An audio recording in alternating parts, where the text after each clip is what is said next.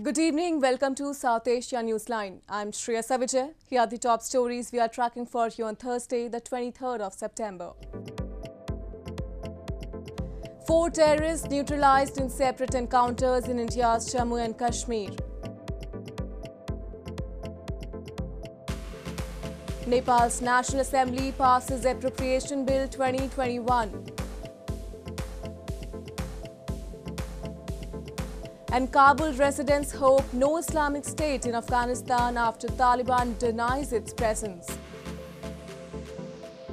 And now for all the details. Security forces on Thursday neutralized 4 terrorists in 2 separate encounters in Shopian district and Rampur sector of India's Jammu and Kashmir territory.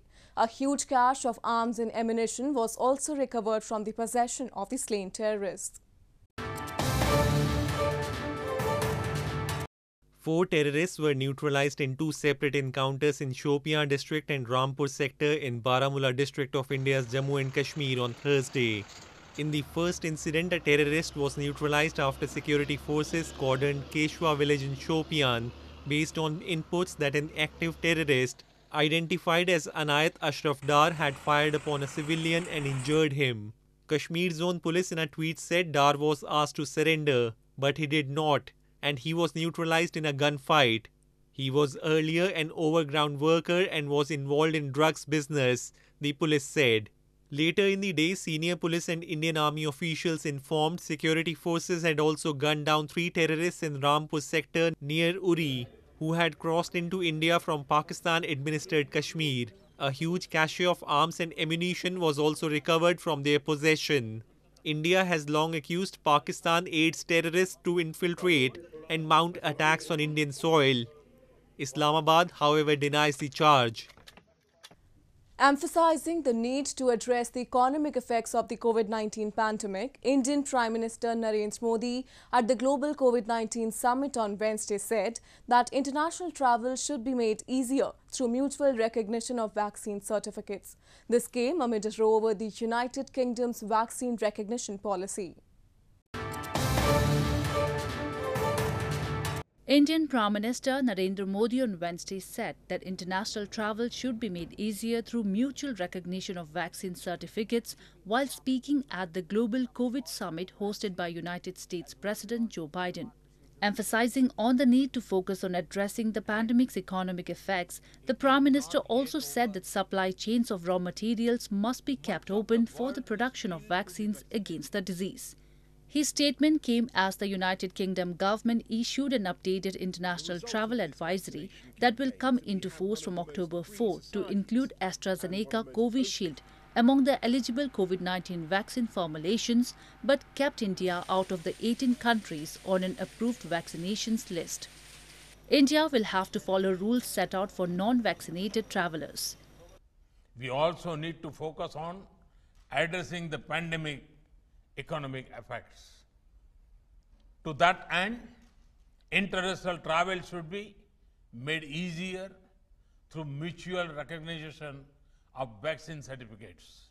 British High Commissioner to India Alex Ellis on Wednesday clarified that Covishield is not a problem and detailed technical discussions are being held regarding certification of COVID-19 vaccine with the builders of Cowin app and NHS app. Cowin is the technological backbone driving vaccination in India and encompasses all constituents of the vaccination process. Earlier, India's Foreign Secretary Harshvardhan Shringla in a press briefing this week described the decision of the UK's government to not recognise Covishield as discriminating and want of reciprocal action. Meanwhile, India will resume exporting surplus coronavirus vaccines from October. It has halted export of COVID-19 vaccines in April after the second wave of the pandemic started to peak. In news from Nepal, Nepal's National Assembly, the upper house of Parliament on Thursday, passed the much-awaited Appropriation Bill-2021. Finance Minister Janardan Sharma had presented the proposal in the meeting seeking the passage of bill, which was endorsed with a majority of votes in the lower house on Monday. Prime Minister Deuba-led government had tabled the budget ordinance in the Parliament in July, and with the bill failing to pass on time, all government proceedings had reportedly come to a halt. Ever since the new parliament session began on September 8, main opposition CPN-UML had resorted to obstructions, accusing the speaker of failing to take action against the lawmakers who have been expelled from their party. CPN-UML lawmakers also stood up from their seats on Thursday as well in protest. Moving on, a political activist blamed indiscriminate construction of dams as part of hydropower projects in Pakistan-administered Kashmir has damaged ecology and pushed the natives to abject poverty.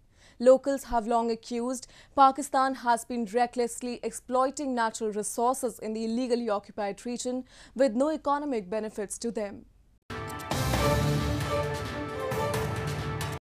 Indiscriminate construction of dams in Pakistan-administered Kashmir has done more harm to people instead of development and pushed them into abject poverty, a political activist said recently.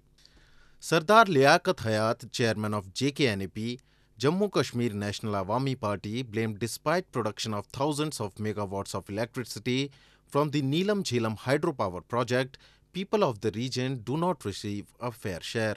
While the ecology of the rivers due to construction of this so-called development project has been adversely affected, the natives are forced to live in uninhabitable conditions with no real benefit to them. हमारे बिजली के वसाइल, हमारे मदनियात के वसाइल, हमारे जंगलात के वसाइल, ये लाखों नहीं, करोड़ों नहीं, अरबों रुपए के वसाइल हैं, जबकि दूसरी तरफ हमारे लोग आज भी एक रोड के लिए ब्लैकमेल हो रहे हैं, आज भी पानी के लिए ब्लैकमेल हो रहे हैं, आज भी रोजगार उनको मैसर नहीं, आज भी सेहत उनको मैसर नहीं, आज भी तालीमी इदारे उनको मैसर नहीं. Locals blame Pakistan, assured that Neelam Jhelum hydropower project will bring development and job opportunities.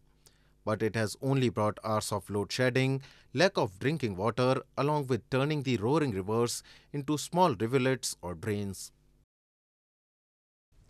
In news from Afghanistan, residents of Afghan capital Kabul have said they hope the Islamic State militants were not in the city after the country's Taliban rulers claimed there was no evidence of the Islamic State or Al-Qaeda being in the country.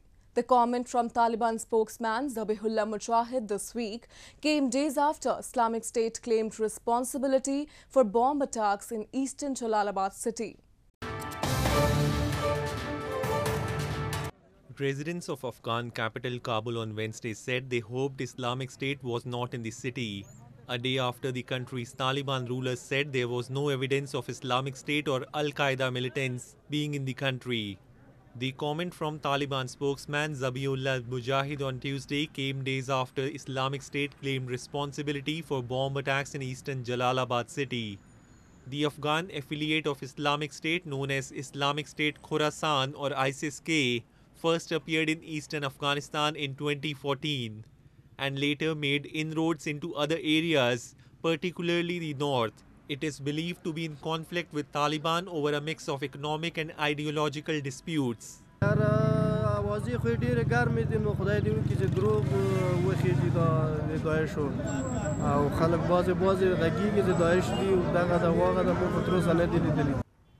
The Islamic State had also claimed a suicide bomb attack at Kabul airport last month that killed 13 US troops and scores of Afghan civilians who had crowded outside the airport gates. The Taliban spokesperson also denied links with the Al-Qaeda amid international pressure to renounce ties. He repeated pledges that there would be no attacks on third countries from Afghanistan from militant movements. As Sri Lanka struggles with an acute currency crisis, the World Bank has agreed to give a $100 million loan to support its efforts to curb the spread of the COVID-19, according to local media reports on Thursday. According to the Sri Lankan government, the funding would be to procure 14 million doses of the Pfizer vaccines, as well as for financing other costs pertaining to the vaccination program. The World Bank agreed to give a $100 million loan to support Sri Lanka's efforts to curb the spread of the COVID-19, according to local media reports on Thursday. The COVID-19 pandemic has claimed more than 12,300 lives and infected over 500,000 people in crisis-hit Sri Lanka, which is also suffering food shortages because of the cash crunch. According to the Sri Lankan government, The funding would be to procure 14 million doses of the Pfizer vaccines as well as for financing other costs pertaining to the vaccination program. A mass-scale vaccination program is currently underway in the country with over 51% of the population vaccinated to date.